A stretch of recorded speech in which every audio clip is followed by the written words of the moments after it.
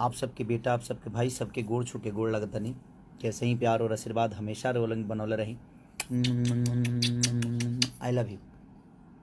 और पूरा दुनिया ओकरा के देखत है जी, तो ई खुशी होला कि रउआ लोगन के प्यार और मोहब्बत इतना मिलल, भोजपुरी को इतना सम्मान दिलवाए। ढेर सारा बधाई देना चाहते हैं, ढेर सारा शुभकामना पूरे भोजपुरी समाज की तरफ से कि ये इतनी बड़ी उपलब्धि आपने भोजपुरी समाज को दिया। बल्कि मुझे लगता है कि पूरे भोजपुरी समाज का बड़ा हुआ तो पूरी भोजपुरी समाज को गर्व महसूस होता है। सब भोजपुरी समाज जितने भी गायक हैं, सब लोग आप सबके आशीर्वाद से ही बने हैं। आपके आशीर्वाद के बिना हर वो कलाकार अधूरा है।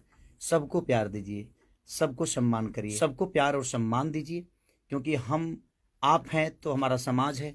और हम कोशिश करते हैं जे चाहे इंडिया हो या इंडिया से बाहर भी अपने भाषा को जितना हम प्रमोट कर सकें, हमारी कोशिश रहती है। ढेर सारा प्यार दीजिए, आप सबका सहयोग। अभी देखिए हमारे साथ विजय भैया जी जुट गए हैं और विवेक नहीं है बेचारा, विवेक शायद उसका तबीयत ठीक नहीं है, वो घर पे है। तो सारे लोग जुटे हैं और सबका प्यार आशीर्वाद मिल रहा है। तो लव यू।